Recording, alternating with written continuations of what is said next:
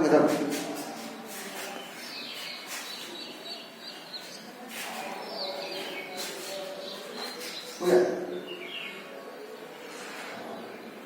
मेरे प्रिय छात्रों, आज आप जानेंगे क्षितिज बुक से नेताजी का चश्मा पाठ का सारांश और पाठ की संपूर्णता।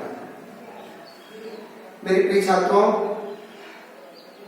आप इस चैप्टर का जब प्रारंभ करोगे तो आपको एक ऐसे कस्बे की बात नजर आएगी जो कस्बा नगरपालिका सा दिखने वाला एक छोटा सा कस्बा था।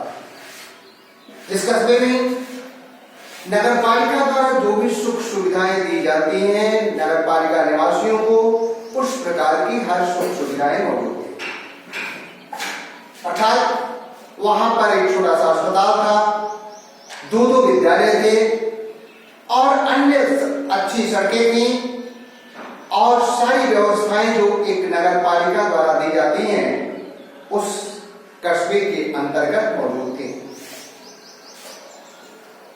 बच्चों, नगरपालिका के कर्मचारी ने, नगरपालिका के अधिकारी ने एक बार ये निर्णय लिया, नगरपालिका के अधिकारी ने एक बार ये निर्णय लिया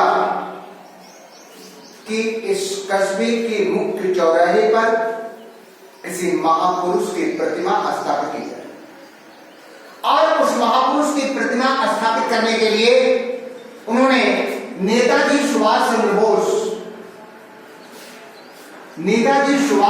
बोस की प्रतिमा बनाने का निर्णय किया। नगरपालिका अधिकारी ने नेताजी सुभाष चंद्र बोस की प्रतिमा बनाने का निर्णय तो कर लिया, लेकिन उन्हें अच्छे मूर्तिकार की जानकारी नहीं।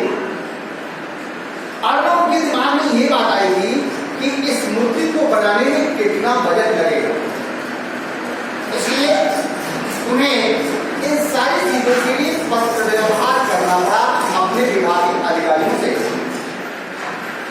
मेरे प्रिय छात्रों, उसके लिए नगरपालिका अधिकारी ने मूर्ति बनाने के लिए 1 माह का समय निर्धारित किया था कि अर्थात 1 माह में ये मूर्ति बन जानी चाहिए।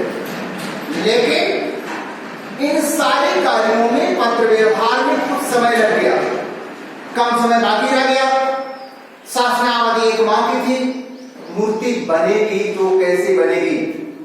अंततः उसी कस्बे में जो विद्यालय था, उस विद्यालय में जो कला के अध्यापक थे मूर्तिकार मास्टर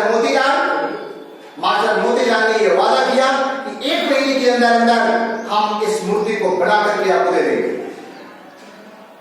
और हुआ भी वही, मास्टर मोतीलाल ने 1 माह के अंदर एक सजीव प्रतिमूर्ति बना करके सौंप दी नगरपालिका अधिकारी को। कस्बे के मुख्य चौराहे पर नेताजी सुभाष चंद्र बोस की 2 फुट ऊंची एक आदमकद प्रतिमा स्थापित कर दी गई। नेताजी के शरीर पर फौजी वर्दी, नेताजी फौजी वर्दी में सुंदर, कमसीन और बहुत अति सुंदर लग रहे थे और साथ में सब कुछ अत्यंत सजीव सा लग रहा था। उस मूर्ति को देखकर लोगों के दिल में देश प्रेम की भावना झलकने लगती थी। जो भी लोग उस मूर्ति को देखते थे उससे नेताजी का वो नारा याद आ जाता था, दिल्ली चलो, तुम मुझे खून दो, मैं तुम्हें आजादी दूंगा। इस नारे की प्रतिध्वनि लोगों के दिलों में गूंजने लगती थी।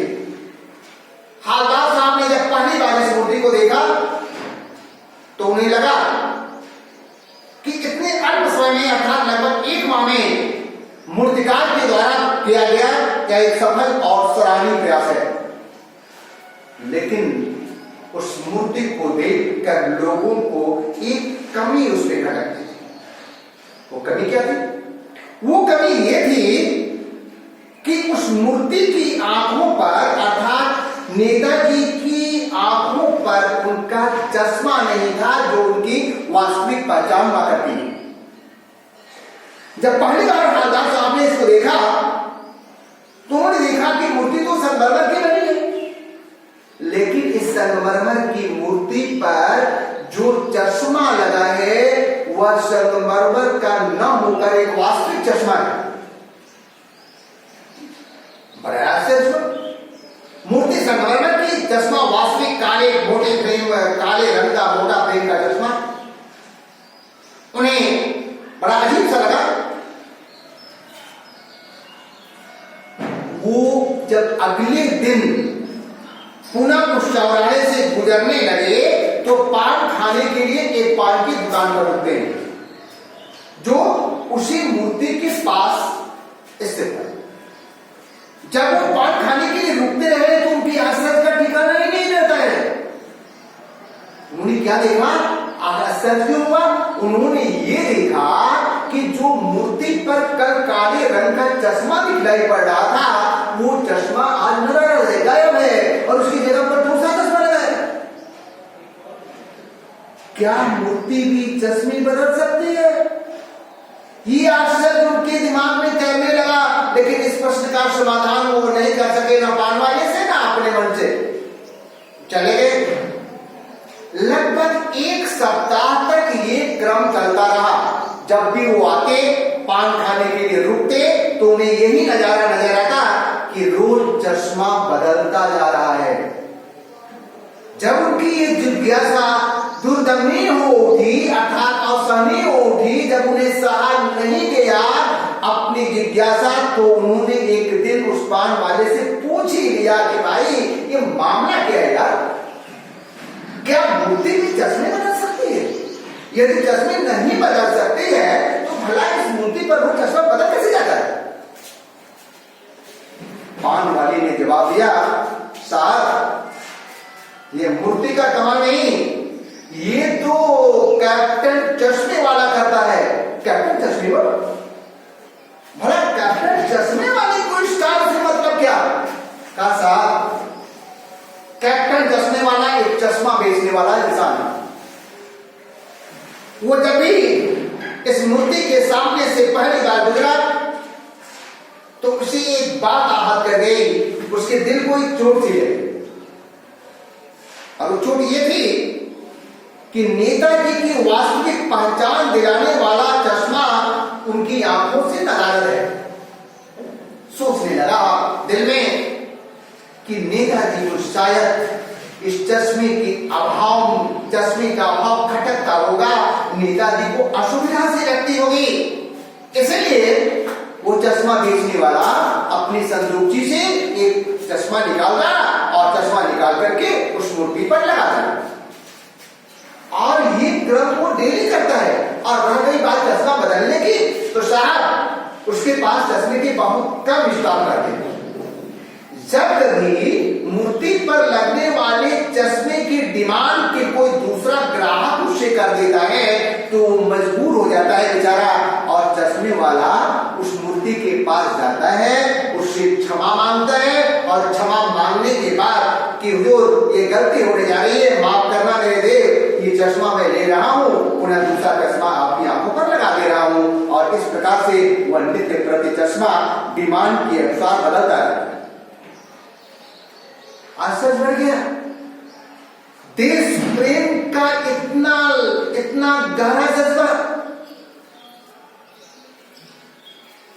हवलदार साहब पूछ रहे पान वाले से कि एक बात और बताओ कि आखिर ओरिजिनल चश्मा जो होना चाहिए था वो कहां चला गया?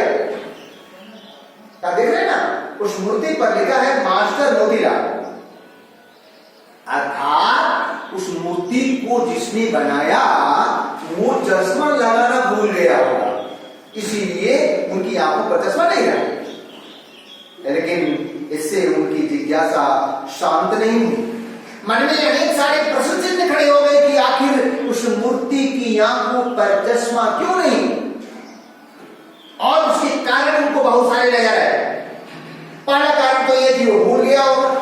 एक महीने से भी कम समय उसके पास गुजारा था।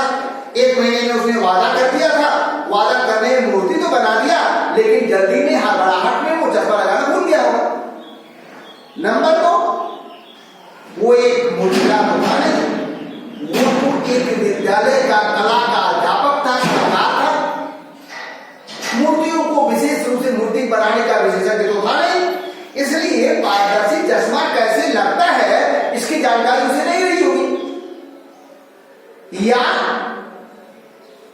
चश्मा तो बनाया होगा, चश्मा बनाने का प्रयास तो किया होगा, लेकिन असफल हो गया होगा, या उसने चश्मा बनाने का प्रयास तो किया होगा, चश्मे को बारीक बनाने के चक्कर में जो वो चश्मा बनाया होगा वो चश्मा टूट गया होगा। इस प्रकार से हालदार साहब के मन में अनेक सारे कारण नजर आए, लेकिन तब भी उनकी जिज्ञासा का समाधान नहीं हो सका। शांत रहे, और शांत रहने के बाद उन्होंने फिर से पूछा, अच्छा ये बता दो कि ये कैप्टन चश्मे वाला है कौन? मोटा काला सा दिखने वाला वह पान वाला जो हमेशा पान चबाया करता था, पान की पीक थूकी और पान की पीक थूकने के बाद वह साहब, अरे वो लूला लंगड़ा आदमी है। इसके पहले हालदार साहब ने उसे कहा कि एक बात ये पहले बताओ कि क्या वो कैप्टन चश्मे वाला जो है वो इस मूर्ति से प्रेम करने का मुझे दो कारण नजर आते हैं। या तो वो नेताजी का मित्र रहता होगा, नेताजी से वो परिचित रहा होगा, या तो नेताजी की आजाद हिंद फौज का कोई सेनानी रहा होगा, तभी तो वो प्रेम कर रखा है और धना रखता है। हाँ, हमारा आशा धारे साहब वो लूड़ा लगड़ा आदमी भला आजाद हिंद फौज का सेनानी होगा? अरे वो पागल है, पागल। वो देखिए वो चला जा रहा है। जाके उसी से पूछ लीजिए कि आखिर उसका नाम कैप्टन क्यों पड़ गया। मैं उसके बारे में इससे आगे कुछ नहीं बता सकता। हालदार साहब के मन में उस कैप्टन वाली का जो व्यक्तित्व हो रहा था वह कुछ इस प्रकार का था। हालदार साहब ने सोचा था कि जो कैप्टन चश्मे वाला है ये कभी फौज में सेनानी रहा होगा, उसका एक शानदार व्यक्तित्व होगा, उसका एक रोबदार चेहरा होगा, घनी मूछें होंगी, चेहरा रोबदार होगा, व्यक्तित्व शानदार होगा, अच्छे बेडौर वाला इंसान होगा। लेकिन आज जो ही उसने उस कैप्टन चश्मे वाले को देखा, उनकी सारी भावना तुरंत उसके प्रतिकूल हो गई, क्योंकि सामने से जो व्यक्ति चला आ रहा था कैप्टन चश्मे वाला, वह एक बेहद बूढ़ा मरियल सा दिखने वाला इंसान था। उसके सिर पर एक गांधी वाली टोपी थी, एक हाथ में संदूकची थी जिसमें उसने चश्मा रखा था, दूसरे हाथ में बांस का एक डंडा था जिस पर उसने चश्मे लटकाए हुए थे। वह सामने सड़क पर आता है, नेताजी की मूर्ति के सामने एक बंद दुकान के सहारे अपने डंडे को खड़ा कर देता है और वहीं खड़ा रह जाता है। साहब निर्गुण में पड़ गए, पूछे तो कैसे पूछे कि भाई तुम्हारा नाम कैप्टन क्यों पड़ गया, क्या तुम्हारा नाम वास्तव में कैप्टन है? लेकिन अपनी जिज्ञासा का समाधान नहीं कर पाते हैं। वो पान वाले से फिर से पूछना चाहते कि भाई तुम ही बता दो, लेकिन पान वाले ने तो साफ मना कर दिया था कि मैं नहीं बता सकता। तो आप उसी से जाकर पूछ लीजिए। इसी उधेड़े गुण में फंसे हुए हालदार साहब अपनी गाड़ी में जाकर बैठ जाते हैं और वहां से रवाना होते हैं। ये क्रम 2 साल तक चलता रहा। 2 साल तक लगातार हालदार साहब वहां पर आते थे, पान खाते थे और नित्य प्रति उस नेताजी की मूर्ति को देखते थे, उस पर बदलते हुए चश्मे के स्वरूप को देखते थे और नित्य प्रति वह कैप्टन चश्मे वाले की देशभक्ति को प्रणाम करते थे कि देश में यदि कोई इंसान हो तो ऐसा देश प्रेमी व्यक्तित्व का भाव होना चाहिए जो अपने देश के महापुरुषों, अपने देश के लोगों के प्रति एक असीम प्यार और जज्बात रखता। 2 साल का समय बीत गया। एक दिन अचानक हालदार साहब जा रहे होते हैं, जो भी चौराहे से गुजरते हैं, नेताजी की मूर्ति पर उनकी नजर पड़ती है तो देखते क्या है कि आज नेताजी की मूर्ति पर चश्मा नहीं है। अरे आज चश्मा क्यों नहीं? चश्मा होना चाहिए। बात क्या है? इस प्रश्न का जवाब ढूंढने के लिए वह रुकना चाहते हैं, लेकिन सामने सारी दुकानें बंद थी, पान वाले की भी दुकान बंद थी, इसलिए उनकी जिज्ञासा का समाधान नहीं हो सका। अगले दिन जब आती है तो फिर फिर वही बात, नेताजी की आंखों पर चश्मा नहीं है। वह पहुंचे उस व्यक्ति के पास, उस बाढ़ वाले के पास। उसने कहा, भाई आज नेताजी की आंखों पर मैं 2 दिनों से चश्मा नहीं देख रहा हूं, बात क्या है? सोचिए, एक बेहद मजाकिया किस्म का इंसान, स्वच्छंदवादी प्रवृत्ति का इंसान, जो एक दिन 2 साल पहले उसी कैप्टन चश्मे वाले को पागल कहा था, लूला और लंगड़ा कहा था, लूला और लंगड़ा का करके उसकी देशभक्ति का मजाक उड़ाया था, लगता था कि वो एक संवेदनशील इंसान है। आज उसी पान वाले के आंखों में आंसू आ गए। जैसे ही हवलदार साहब ने पूछा कि नेताजी की मूर्ति पर चश्मा क्यों नहीं, जवाब दिया, साहब बड़े दुखी और उदास भाव से आंखों में आंसू भरे हुए जवाब देता है कि साहब कैप्टन मर गया, कैप्टन मर गया। दुखी हो जाते हैं और सोचते हैं कि इस देश का क्या होगा, इस देश का भविष्य क्या होगा, जिस देश में रहने वाले लोग देशभक्तों का इस प्रकार मजाक उड़ाया करते हैं। उस देश का भविष्य क्या होगा, और अपने स्वार्थ की खातिर, अपने को आगे बढ़ने के लिए देशभक्तों का इस प्रकार अपमान किया करते हैं। चुपचाप वहां से चले जाते हैं और उसके बाद वो कई दिनों तक नहीं आते। एक दिन उस रास्ते से गुजरते हुए वो मूर्ति की तरफ देखना नहीं चाहते थे, सोचते थे कि चौराहे पर नेताजी की मूर्ति तो लगी होगी, लेकिन उस नेताजी की मूर्ति पर चश्मा नहीं होगा। कारण कि चश्मा लगाने वाला कैप्टन तो दुनिया को अलविदा कर चुका है, वो तो दुनिया से जा चुका है। भला अन्य लोगों के दिल में देशभक्ति का ऐसा जज्बा कहां, जो जज्बा उस व्यक्ति के दिल में हुआ करता था।